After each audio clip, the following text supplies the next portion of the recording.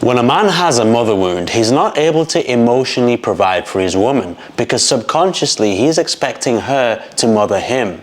He's very defensive. Whenever she brings up her needs or expresses her emotions, he perceives it as a criticism towards himself, which leaves her feeling lonely and uncared for, even if he's providing for her financially. This is just one common form of the mother wound, usually there in traditional men or men raised in religious families. It causes a lot of pain and devastation to his woman in two different ways. Number one, her emotional needs are not being met and she's exhausted from having to censor her words and her actions from fear of triggering him. The stress and anxiety of living in fear constantly over time creates damage in her body and her mind, or even physical disease depending on how volatile he is. The second way this style of mother wound damages his partner is because fundamentally he doesn't view her as an equal, and this usually comes because he saw his mother not receiving much warmth, emotional connection and respect from his father. So this is transferred as a blueprint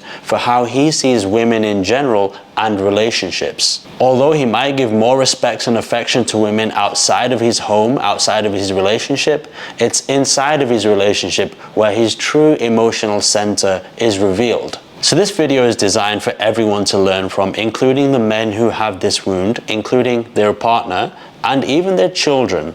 Because the more we're able to understand someone's behaviors instead of just judge it or label it as narcissism or whatever label we want to stick on it, having a deep understanding of the roots allows us to navigate the chaos that comes with it and also heal ourselves. So before getting into the roots of this mother wound, let's talk a bit more about how it shows up in reality. Typically, he also had a father wound, a father that was very strict, oppressive, and pushed him towards achievements and working hard. So now he thinks that his only job is to bring in money and get things done. At the same time, he wants to be appreciated for his hard work, which he should, and receive the warm nurturing and care from his partner. But the problem is that when she wants emotional connection in return, he perceives it as criticism.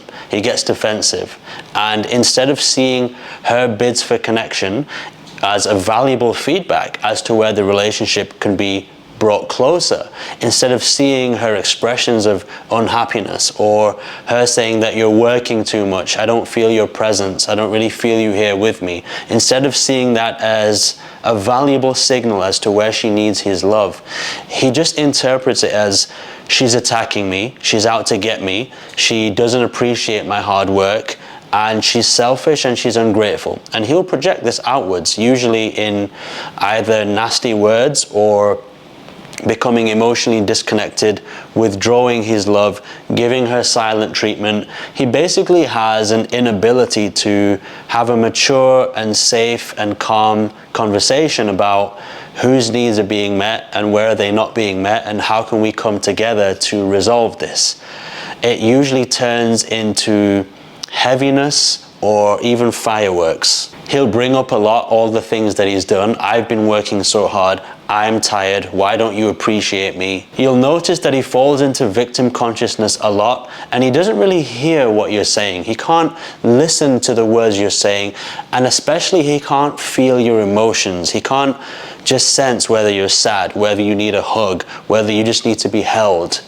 He can't listen without formulating a mental response immediately and combating you and treating you as an opponent rather than someone to come close with. It's important for me to say that this style of the mother wound varies massively, even in its root, which we'll come to later, but even in the symptoms, it can take a lot to trigger him, or it can take almost nothing at all. For example, you're unpacking a new item that you've just bought for the house and he's already getting stressed because you're not doing it in exactly the way that he wants you to do it.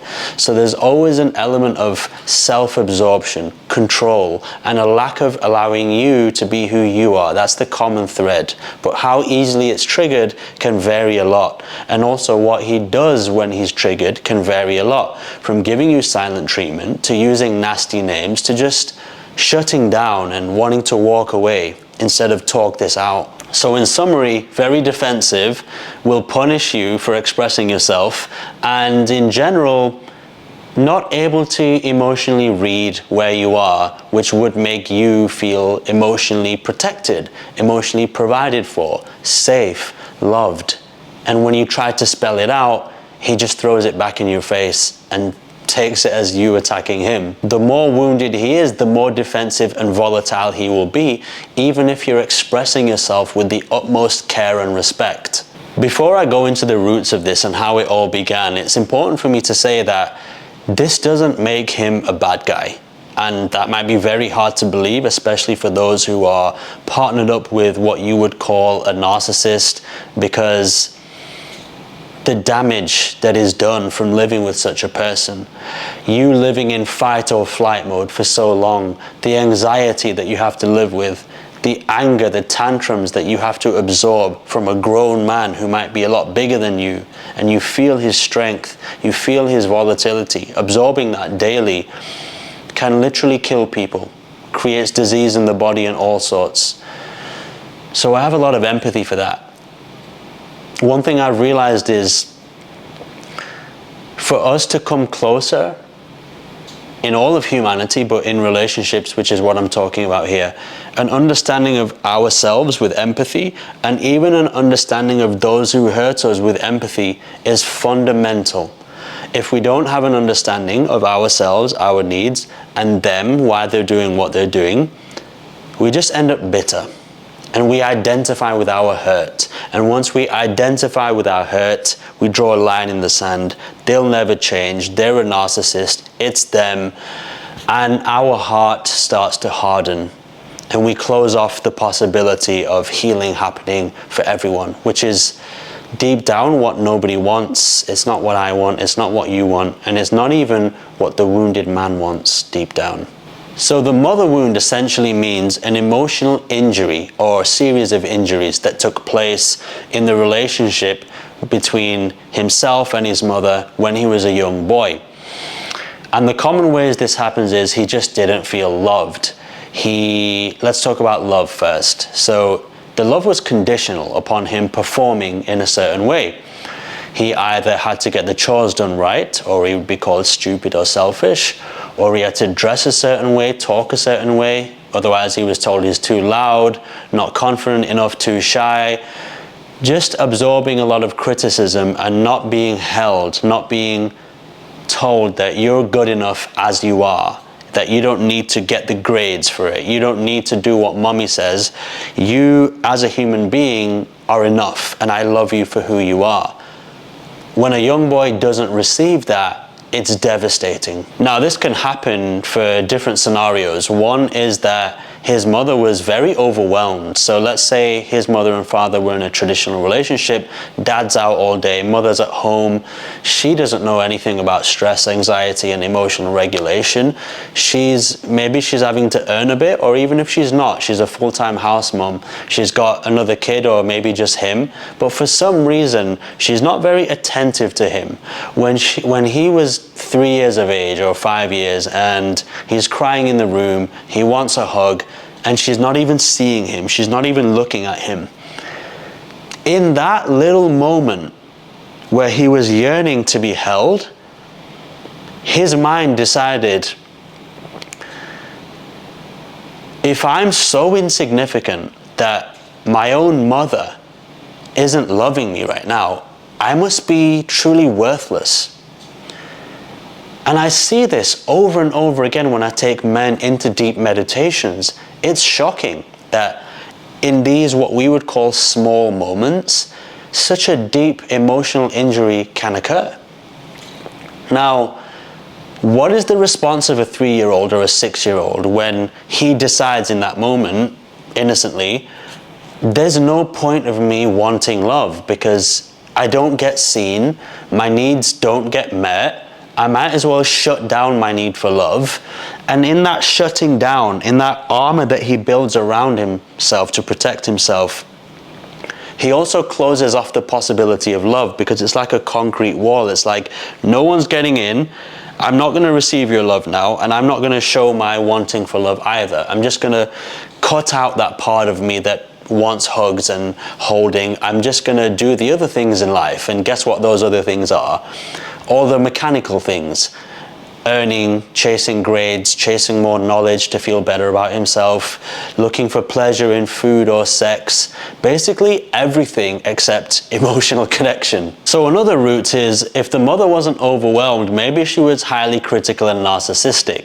So a common root of this mother wound is when there was actually no father around and he was just raised by her, his mother, or she was the dominant mother in the household. And when a woman has to earn the money and raise the kids, it's extremely tough. She is not really happy deep down. She's carrying resentment and stress, as many humans would. And so little incidences can occur where he says, I want to be a musician when I'm older. And all she knows is hard work and the stable path, like a dentist or a doctor or an accountant. So she ridicules it without knowing it. She says, that's a stupid idea. You'll never make money in that. Just do something that you can actually have a good career in. And what that does in that moment for a little boy is it breaks his little heart. It tells him, I'm not allowed to have my own desires. I'm not worthy. I'm not adequate enough to actually chase my own dreams. I have to become what she wants in order to be accepted and loved. So my love for my mother is purely conditional, and I feel like pretty shitty in this moment. I feel like crap because the energy of her criticism and ridiculing and anger is making me feel like I deserve anger, and I don't like that. And again, this is where defensiveness is built, because over time as a young boy, it's very difficult. You want to love your mother, you want to respect her, but you also want her to respect you. But you feel like you're not really allowed to say that. So those unspoken resentments live in his body now as an adult. The picture I'm trying to paint from you with these incidences of childhood injury are that as children, we don't know how to actually process these emotions. So they get stored in the body, whether it's shame, inadequacy, I'm not worthy of love, I wasn't loved, I wasn't given the love, and it creates a sense of deprivation. He now feels deprived of respect, deprived of love. Whatever you were deprived of, you look for it a lot as an adult. So that's why as an adult, he'll be obsessed with needing respect from his woman, needing validation, needing her to appreciate all the hard work he does and everything he does and all the studying he did in the late nights. But then he's not able to give it in return because he's in victim mode, he's in take mode. That injury, that emotional injury inside of him is kind of like me having a broken arm and feeling like I only have one arm to conduct my life with. So I'll use this arm to receive your love, but my other arm, which I would use to give back my love to you, I don't have that capacity. And if you ask me to use my broken arm to love you back, I'm going to get angry because, hey, I've got a broken arm. Can't you see how much I've been punished? That's really a good analogy for what happens in his subconscious. And he doesn't know this is happening. And I'm explaining it in this depth so that you can get an understanding of what's really happening, because when you know, when you're able to see there's an injured boy within, I'm not going to say it becomes impossible to be mad right away, because depending on how wounded you are, but the more you heal yourself, the more you understand the depth of his injuries, the less triggered you are. It's we're talking about deep energetic work here, but it takes you to a place of understanding and you're able to navigate his chaos easier. So I could go on and on with specific childhood woundings that I've seen from the thousands of coaching sessions that I've done for people, but hopefully you get the idea now of how this injury is fundamentally created and how it shows up in the modern life. A really important line to remember is that he is living in victim consciousness. A person who feels loved, whole, secure, safe, not deprived of respect, doesn't feel like they were wronged in the past, doesn't feel like they have to prove themselves because they were criticized as not perfect for not getting the house chores done right or not getting the grades. That person who feels whole it's very difficult to trigger them. It's very difficult to make them mad. And because they feel in love with themselves, essentially, they're kind to themselves, they feel whole, then instead of picking you apart, instead of criticizing you, instead of treating you like an opponent, the wholeness and love in them sees the wholeness and love in you. And that's what I want to talk about next. That's the state that I want to see more men arrive at. Because the beauty of healing your deep emotional traumas is that you don't need steps, you don't need psychological tips, you don't need to watch 100 YouTube videos. You just have this pleasant energy and you just radiate that all over people. And that energy, it's intuitive, you just feel good, you just want to make other people feel good. So things like asking someone what their needs are, asking your partner how she feels, checking in with her, just calling her to surprise her or ask her how her day is going, showing that you care for her, giving her equal respect. You won't need a manual for this, it just comes naturally, it flows out of you. So this is where it gets really interesting. I'm going to share with you now how I've genuinely healed these kinds of men, including myself, and the same injury in women. It's not just about men. And the findings are truly phenomenal. The transformations are life-altering. Step one of healing is I'll take him into deep meditation. I'll take him to a place where finally his mind is not running. No thoughts, nothing to analyze, nothing to defend, nothing to achieve. And most men have never been to this place of total inner silence. That alone has broken countless men down where they are crying tears and tears and tears because it's been decades since they felt peace. Many of them say, I've never felt such peace, because their mind is always working. And the reason their mind is always working, what can I do better, where am I falling short? It's all a trauma response. His overthinking, his defensiveness is a trauma response to cope with those emotions where he was criticized, where he didn't receive the love, where he was sad. He doesn't know what to do with those emotions. So instead he goes to his brain and thinks, what can I fix? What can I achieve? How can I soothe myself with pleasure? All that wanting and needing is just to cope with the pain down here.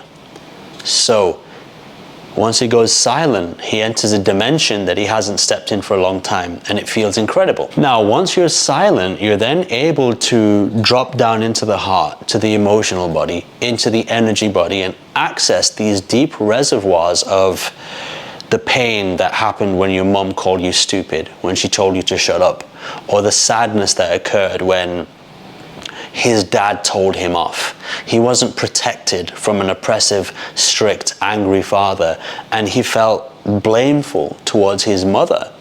And for the first time, he's able to acknowledge the deep anger that he holds for his mother for not saying a word when his dad was brutally yelling at him. I just had a client recently who was able to connect with the memory of being 6 months of age. Yes, this is real, no matter what you think. Meditation takes you to any place in your lifetime. He saw himself as a 6-month-old baby being left outside a bar, wrapped up in the snow somewhere, whilst his mom was inside in the bar. And again, he was crying rivers because the profound sadness of feeling unwanted makes him, in his present relationship, look for reasons as to where his current wife is not wanting him. She didn't text back on time, she didn't appreciate him. The problem with the grief and the traumas that we store is that we project it onto our partner, and we look to see where our partner is also criticizing us, is also abandoning us, is also not loving us. We look for evidence to see where my past traumas are being proven now, which is a huge unfair burden and a liability onto the relationship. Now, in meditation, once the man feels that grief and cries it out, the energy is quite literally released from his body. And he will say things like, I feel 10 tons lighter. I feel like a whole new man. Just a couple of weeks ago, One of my clients who's a very successful millionaire, a huge man, so super alpha as these men usually are, and him explaining to his partner what he had just released and what he had seen, apologizing to her, asking her forgiveness, calling his mother and his father, asking them for forgiveness, because now he has an understanding of what he's been doing since childhood. I have goosebumps. It brought so much clarity, so much love, so much closeness to his bond with his wife. And she said things like, I just want to submit to you now. I want to stand by you forever. I love you, I support you, I respect you. Because as soon as the man has released his pain, it's like a new version of him comes out. And when he speaks to his woman, his partner, she can sense the look in his eyes that he's now present. He's actually looking at me as a human being, as an equal, not as an opponent. And he's had this realization, and he's taking accountability for his nasty behavior, and he's truly remorseful about it. And he doesn't care about having a back and forth argument anymore. He just wants to create closeness. And his strength, his physical, mental, and emotional power, he doesn't see as superior to his woman anymore. He wants to use it in service to the relationship instead of in service to his traumas. And that makes her feel incredibly safe. So in summary, the healing occurs by silencing the mind, going into a deep meditative state so he can access the emotional body and the subconscious memories where a lot of these traumas that make him defensive, make him kind of castrate his own emotions, he can reclaim those parts. That's essentially what's happening. He's reclaiming what he lost through the relationship with his mother and with his father, but let's focus on the mother wound here. And he's getting to a stage where he doesn't need his mother's love anymore, which translates to he doesn't need his partner's love anymore. So when she acts up, when she's triggered by her own traumas, he's able to stay centered in his love. He's able to nurture her. He's finally able to hold a safe space of emotional safety. And now, finally, she isn't forced to live in fear of offending him. She can relax and for maybe the first time in her life become truly feminine, knowing that she can lean on him, knowing that it's safe for her to be herself and he won't collapse into rage or withdrawal or silent treatment. He's strong enough emotionally to hold her. That is the incredible transformation that I wish for every man. I myself am on this journey, and it's worth more than $1 billion trillion. Because to be a better partner, to bring safety to a relationship, it just means that you feel safe in yourself. It just means that you feel at peace. You're a safer, more fulfilled human. Because what comes out of my mouth, the energy that comes out of me, can only come out of me if it's already in me, right? So if anger is coming out of me, if defensiveness is coming out of me, it means I'm carrying a lot of anger and wounding.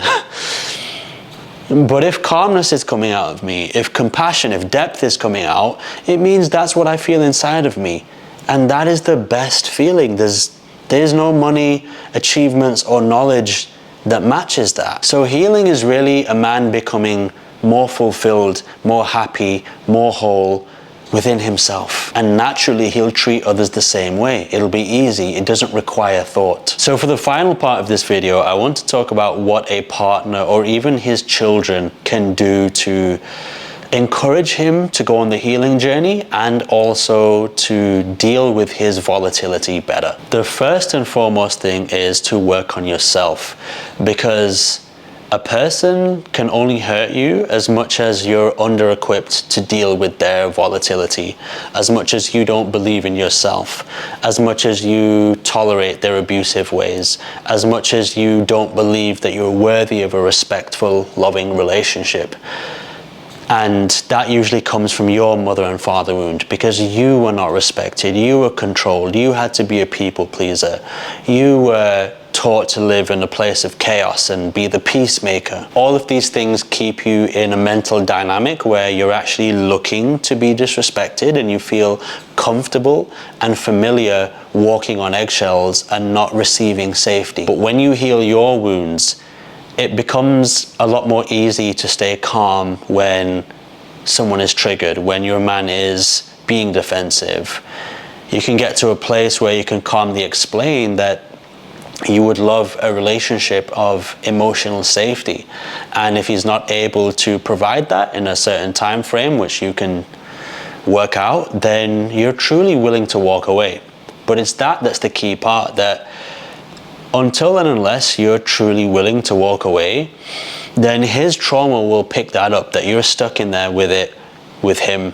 And I said it's because I do actually distinguish between the man and the trauma to avoid blaming him. He's accountable, but he's not his trauma. I just wanted to make that distinguishing point. It's only when he can sense that you're truly willing to walk away that he could be pushed into taking action. Now, working on yourself is a many years long journey, and it goes until your last breath, so don't think that any single coach or program or course will heal you. No, it's an ongoing thing, and I think that every human on earth should always be looking to become more conscious, more healed, more awakened. The second tip I have for you is to never view him as a problem to be fixed.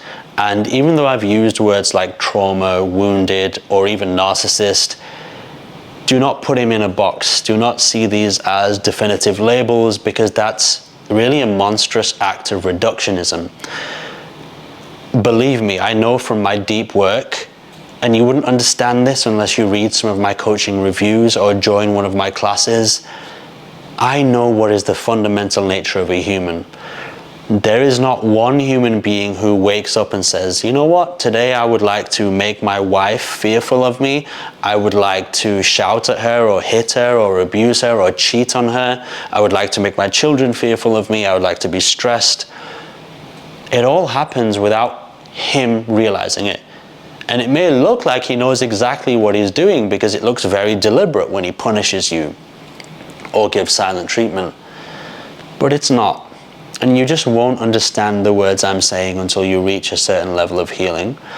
The point I'm illustrating is every human, every man can only behave at the level of consciousness that they're currently at. And that goes for you too. Your level of understanding of him will only reflect your level of consciousness and healing. So the more you heal, the less you become blameful towards him, the less you feel the need to judge, and ultimately, the less you put pressure on him to change, because he will respond and feel that you're not accepting him the way he is, and that will feed into his childhood wounding that mom or dad was always criticizing me, and it just makes the situation worse. If you can take that pressure off, you become the most powerful catalyst for him to want to heal. Now, perhaps the most important ingredient for all of this, which I haven't mentioned yet, is that he must want to heal. From his heart, he must be able to acknowledge and recognize that, okay, I am causing pain and destruction to my woman, to my children. Maybe it's not just them making me angry or being selfish or ungrateful. Maybe it's actually me who's carrying a lot of volatility and a lack of calmness, and maybe I can work on that. So I say maybe because for these type of men who are usually alpha, taking responsibility for their actions is very difficult. And it starts with a lot of reluctance, and it can be painfully slow, moving in tiny incremental changes. But yeah, he from himself has to want to become a better man, a more balanced man, who is able to balance his primal masculine energies of wanting to be a go-getter, an achiever, a leader, and his feminine energies of wanting to be heart-centered, emotionally connected, an emotional safe space for all those around him. So the same tips apply to the children. If you have a very difficult father, or even mother in this case, because it's the same principle, the more you heal yourself, the more you can understand why they behave that way. And what really comes from this is a deep sense of forgiveness that doesn't require effort, doesn't require you to mentally say, they did their best. That's really an intellectual way of trying to forgive. Your energy will tell it. Your lack of criticism towards your parents, your lack of hurt when they're explosive towards you, that will reveal how much healing you've done. I'll share something very powerful that happened in my life recently. I was moving to a posh part of London recently, Canary Wharf, and I felt this anxiety and almost guilt that I'm going there. And I recognized, okay, I'm having a trauma response because some part of me is feeling unworthy of living in a nice area. So I went into myself, okay, like, where did this begin? I'm at a certain level of meditativeness now where I can pick on the root of certain feelings in seconds or minutes. And it was a father wound where my father was just yelling at me brutally when I was like 7 years of age, to the point where I'm in tears over some simple homework. So my mind in that moment decided, man, like, if I'm receiving this much rage, this much anger over something so small, it must mean I'm not worthy of even getting the small things right. So the big things in life, the good things, most definitely, I can't have those.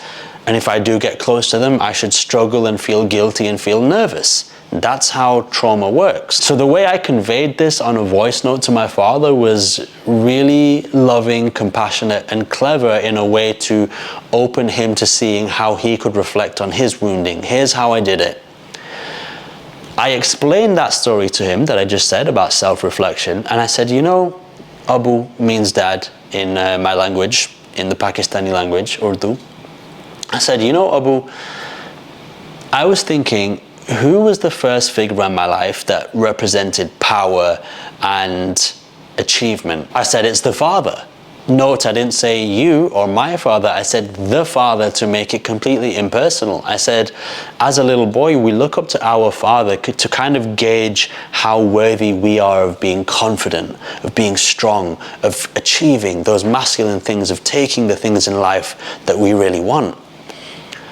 And if that sense of being worthy of good things is injured, if we receive criticism, then even as adults, we operate on that blueprint where we feel nervous and shaky around things that we perceive as big or as important. He reflected on that and replied saying, wow, that was profound. And I also sprinkled in that voice message that I understand that's how you were raised, so maybe that is also happening in you right now. The energy that this was spoken with was totally non-critical, totally peaceful. I had dealt with my own anxieties first, so that I'm coming with calmness. And then not long after, I was able to persuade him to attend a massive healing event where he had a breakthrough for himself, for his own trauma. I really hope that this video has given you an in-depth look at the mother wound in men and some of the father wound with it as well, but essentially why a man will be defensive and angry, and how it's not actually about you, how you should never judge your self-worth or self-esteem,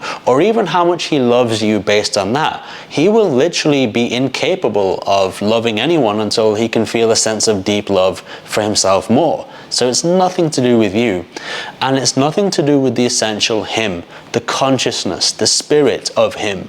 It's all a reincarnation of his past. If you, like me, believe that this work is super important, then it would mean so much to me if you could subscribe to this channel and share the video with whoever needs it, because subscribing will help the channel grow. Lastly, I'm super excited to announce that if you want to sit with me and receive these healing energies, dive into that deep meditative state, whether you're a man or a woman, to release the traumas, the grief, the anger that you carry in your body, then I'm inviting you right now to my brand new peace program, which has just opened for registration, and it starts in June. This is a safe space online where you get to actually do the healing with me and create more safety, more connection, more love within yourself, and therefore in your life.